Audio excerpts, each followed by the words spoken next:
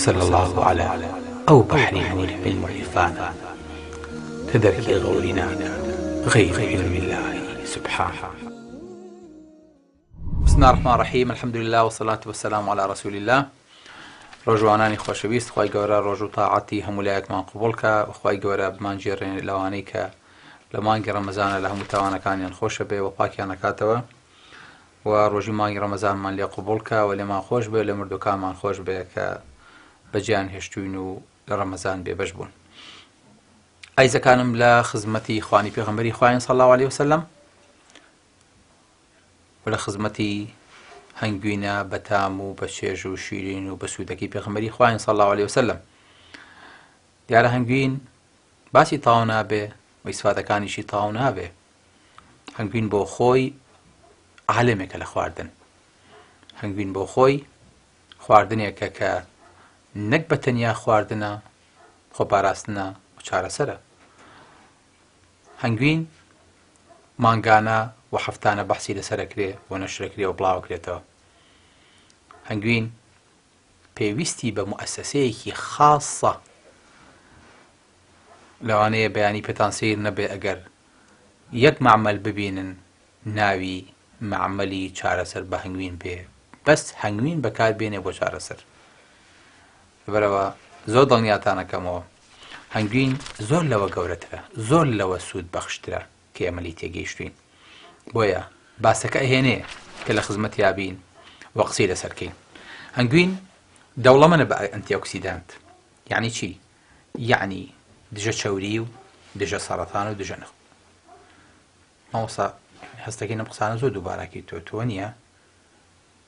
لە خەلا هەروە فەرموو، لە شیرە هەروە فەرموو، لە خورمایە هەروە فەرموو. بزانی بۆ خۆشەویستەکەم چکە پێغەمبەری خوا سەڵ سەلەم بۆ ڕۆژی خۆی قسەی نەکردەوە. پێغەمبەری خوا بۆ ئەم ڕەقساکە کە ئێمە تووشی ئەو هەموو دەرد و بەڵاو نەخۆشی و ئەمەلیاتە ئەبین بە بۆنەی ناتێگەیشتن لە خواردنمان یاخود دەرکەوتنەوەمان لە خوانی پێغەمبەری خوا سەڵ سەلەم. پێغەمبەری خوا سەڵ سەلەم ئەوێ لە هەموو مەرحەلەیەکە ڕاستمان کاتەوە بمان خاتە سەر ڕاستە شەقامەکە. بەرەو دنیا هەر دنیای ئەمڕۆ نییە، بەیانیش هەر دنیایەک ئەبێ وەکو دوێنێ چۆن دنیایەک هەبوو.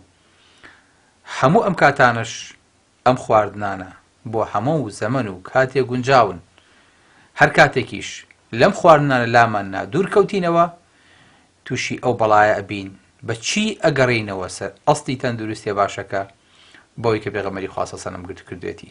لەبەرەوە پێویستە دەستی خۆمان بینە دەستی پێغەمبەری خوا سەڵ سەلەم، بڵێنی پێغەمبەری خوا دەستی ئێمە چەورە بە کۆلیسترۆڵ و بە دەرمانی بەنانی خراپ و بە دەرمانی خراپ. دەستمان بگرە بدەستە وشکە جوانەکەی خۆت، بمان خەرەوە سەر ئەسڵی خواردنی تەندروست بۆ ئەوەی کە جارێکی تر وەکو مناڵ خواردن کەیتەوە بە دەممانەوە فێرمان کەیتەوە چی بخۆین. ئێمە منداڵێکی نەزان، تۆش باوکێکی بە سۆز و بەڕەحم. بەڵێ ئایزەکانم، بۆیە ئەم جۆرە خواردنانی پێغەمبەری خوا سەڵ سەلەم ئەبینیت هەمویان بە ئاراستەی تەندروست، بە ئاراستەی ئەسڕ، بۆ ئەوەی کە کەس بمێشیانەیە بڵێ خواردنی پێغەمبەری خوا سەڵ سەلەم بە کەڵکی ڕۆژگاری خۆی هاتووە، بە کەڵکی ئێمەی ئەمڕۆ نایەت. نەخێر، چۆن بە کەڵکی باوکت هات بە کەڵکی نەوەکەشت دێ، وەکو چۆن ئەمڕۆ بە کەڵکی خۆت دێ. بەڵێ ئایزەکانم، هەنگوین دەوڵەمەنە، حتا ئەو نەدەوڵەمەنە، حتا ئەو نەچارەسەرەکی بەقووەتە لەسەر سەرەتانات ئیشەکە، وەکو چۆن لەسەر دڵ و لەسەر کۆلیسترۆڵ و لەسەر بۆریەکانی خوێن و لەسەر نەخۆشەکانی تر ئیشەکە. نەک هەر هەنگوین خۆی، بەڵکو مۆمی هەنگوینیش بۆ خۆی ئیسفادەی تایە، غیزای مەلەکیش ئیسفادەی تایە. ئەمانە ئەگەر دیقەت بن، کابرا ئەمڕۆ دەرمانێکی گرێ بەدەستێ وەڵێ ئەمە چییە؟ ئەڵێ ئەمە غیزای مەلەکیە. هەموو ئەوانەی کە بۆ تەنانەت زۆر جار پێوەدانی هەنگەکەش بۆ خۆی ئیسفادەی لێ ئەکرێ و ئەمڕۆ عولەمایان محاولە ئەکەن وەکو دەرمان بەکاری بێن و ئیسفادەی لێ بکەن. بەڵێ خۆشەویستەکانم، هەنگوینیان بەکارهێنا بۆ ڕاوەستانی گەشەکردنی سەرەتان لە مشکە، سەرکەوتنێکی گەوری بەدەستهێنا.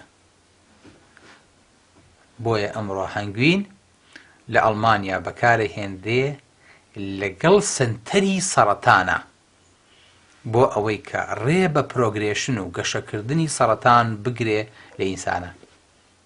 سبحان الله. یعنی پێت سیر نەبێ بەیانی ئەگەر لە بەردەم خەستەخانەکانی نانەکەلی و هیوایە هەنگوینیان دایتێ یاخود هەنگوین فرۆشرا بۆ چونکە ئەوەی کە ئەم ڕێبەوە ئەگرێ لەوانەیە عیلاجی کیمیاویەکەش یاخود ڕێیدۆتێراپیەکە و عیلاجی عەشیعەکەش هەر ئەو ڕێ بگرێ. بۆ ئێوانە بەڕاستی جێی باسن، جێی لێ کۆڵینەوەن و جێی ئەوەن کە ئینسان زیاتر بەدوایە نابچێ. ئەمانە سەرەتای بەحسەکانن طبی نەبەوی. ئەمڕۆ طب خەریکە ئاوڕی لێ ئەداتەوە کە ئەوەش ئەلحەمدولله لە سەردەمی خۆمانە جێی دڵخۆشیە. بۆیە ئەوەی کە لە هەنگوینە هەیە ئایزەکانم مادەی تایە هەموو ئەو مادانە سوود بەخشن بۆ لاشە. ئینسان بۆچی تووشی سەرەتانە بێ؟ لەبەری کە مەناعەی لەشیدا ئەبەزێت دەرەقەتی خانە سەرەتانەکان نایە. یەکی لە ئیشەکانی تری هەنگوین مەناعەی ئینسان بەقوەتەکا بۆی کە دژی خانە سەرەتانەکە بجەنگێ. بەس مەناعەی لەش دەرەقەتی خانە سەرەتاییە بیداییەکە هات بەسەر یازاڵە بێ و لە ناو مەهدی خۆیان لە ناو بێشکەی خۆیان خانە سەرەتانەکە کۆتایی پێێنێ. ئەژنا هەموو ڕۆژیان هەموو هەفتەیە خانی ئێمە لاشی ئێمە تووشی خانەی سەرەتانێ بێ. چی لە ناوێ بە؟ مەناعەی لەش. ئەگە مەناعەی لەش زەعیف بوو خانە سەرەتانەکە زاڵە بێ، کە زاڵ بوو هیچ دەرەقەتی نایە. هەنگوین واکە مقاومەی لاشەمان زۆر بێ، هەم بۆ بەکتریا و بۆ هەم خانە سەرەتانەکان کە دروستە بن. سبحان الله.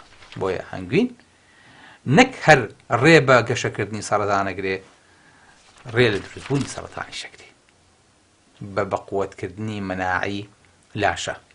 بۆیە ئینسان زۆر پێویستی پێیەتی و مەفروزە ئینسان زۆر بیخوا چونکە لەسەر هەموو ئاستەکان ئیشەکە بەڕاستی. بەڵێ ئایزەکانم، بەڵام هەنگوینەکاتان لێبێ بۆ ئینسانێکە شەکری هەبێ، هەنگوینێکی شیرین باش نییە، ئەبێ بەپێی ڕێنمایی دکتۆر یاخود بەپێی ڕێژەی شەکری خۆی ئیسفادەی لێ بکە و بیخوا. بەڵێ ئایزەکانم، هەنگوین ئەمڕۆ نەک بۆ ئەمە حتا بۆ چارەسەری قورحەی ناودەم و ئیلتیهاباتی ناودەم و بۆ دژە بەکتریا بەکارەهێنرێ. حتا ئەمڕۆ ناو دکتۆرەکانە باوە دەرمان دروست دەکەن. من دەرمانم بینیوە لەو پەڕی وڵاتە پێشکەوتوەکانە دروست کراوە بۆ پێست و بۆ جروح و بۆ بینەکانی ئینسان دروست کراوە. پێکاتەی سەرەکی ئەم مادەیە هەنگوین بووە. شەریکەکەش نیشاردوێتەوە کە فیانەن هەنگوینم تیا بەکارهێناوە. بەڵێ ئایزەکانم، مەفروزە هەنگوین بخورێ وەکو چارەسەر و بخورێ وەکو ڕێگر لە نەخۆشی. بۆیە ئەبینی پێغەمبەری خوا صلی الله علیه وسلم لە حەدیثێکی زۆر خۆشە سەرنجمان بەرەو هەنگوین ڕاکێشێ.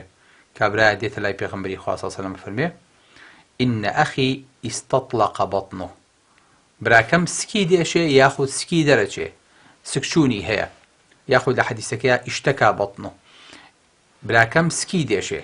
پێغەمبەری خوا صلی الله علیه وسلم فەرمێ: ئەسقیهی چی؟ عەسەلە. فەرمێ هەنگوینی بەرێ. براکەم نەخۆشە ئێستا سکیەشێ یاخود سکێچێ. سکیەشێ یعنی احتیمالە قورحەیەکی مەعیدە یان دۆنزەگری هەبێ. سکێچێ احتیمالە تووشی سکچوون و ئیلتیهاباتی ناوڕۆی خۆڵەکانی بووبێ. پێغەمبەری خوا صلی الله علیه وسلم فەرمێ هەنگوینی بەرێ. بۆ چونکە هەنگوین لەسەر هەردوو ئاستەکە ئیشەکە.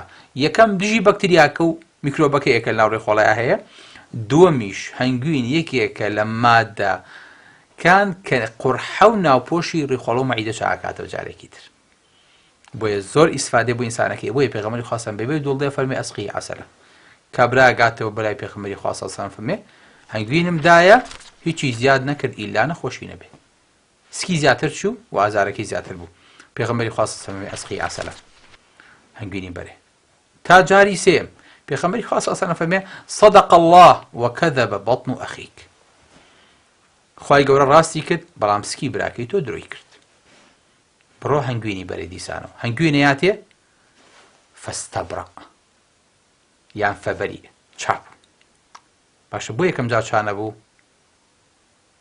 چونکە دۆزەکەی نەگەیشتبووە ئەو ڕێژەی پێغەمبەری خوا ئەوێ پێغەمبەری خوایە فێرمانکە مەرجنیە نەخۆش بە یەکەم کەپسول و بە یەکەم دەرمان و بە یەکەم عیلاج یەکەم ڕۆژابێتەوە بە نەخۆشەکە بڵێ با کۆرسی دەرمانەکە بە تەواوەتی وەرگرێ بۆی کە چابێتەوە چەند بە ئەدەبەوە پێغەمبەری خوا سەسەم چەند بە جوانی فێرمانەکە ئێمە زۆر جار نەخۆشمان هەیە کە هیلیکۆبەکتەر پایلۆری هەیە میکرۆبێ لە مەعیدەیەتی یە بۆ لا مەنەڵێ کاکتۆر عیلاجم بۆ بنووسە سێ دەرمانی پێکەوە ئەینێ یەتەوە لە کاکتۆر مەعیدەم خراپتر بوو وێرانتر بوو ئەڵین دادە گیان زەحمە نەبێ کاکە گیان زەحمە نەبێ ئێمە پێمانوتی مانگونی وێ عیلاجەکە بەکار بێنە بەکارت هێنا ئەڵێ نەوەڵا بەس کاکتۆر دوو ڕۆژە بەکارێنە خراپتر بوو دە کۆرسەکە تاواوکە و ئەنجا وەرە بەلا من بە فاسێکی ترەوە بکەی پێغەمبەری خوا سەڵام فێری ئەومان کە کە فعلەن هەنگوین چارەسەرە بەڵام ئەبێ وەکو هەموو دەرمانێکی تر لەسەر ڕەشەتی دکتۆرەکە کۆرسەکەی خۆی تەواوکە ئەنجا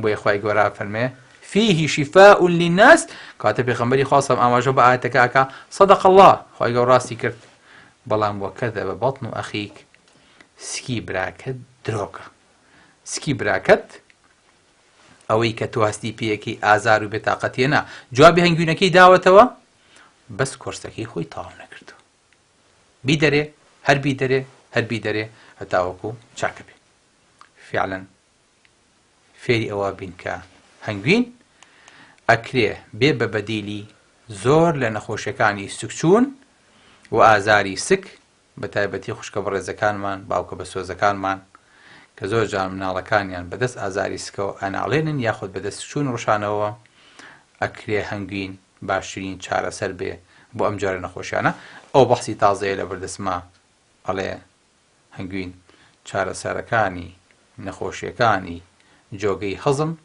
لە قورحە و لە ئیلتیابات و لە ڕوشانەکە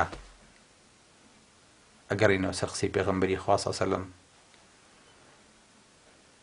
ئەڵێین وصلى الله على أو بحر نور علم عرفانه كدرك غورناك غير علم الله سبحانه والسلام عليكم ورحمة الله وبركاته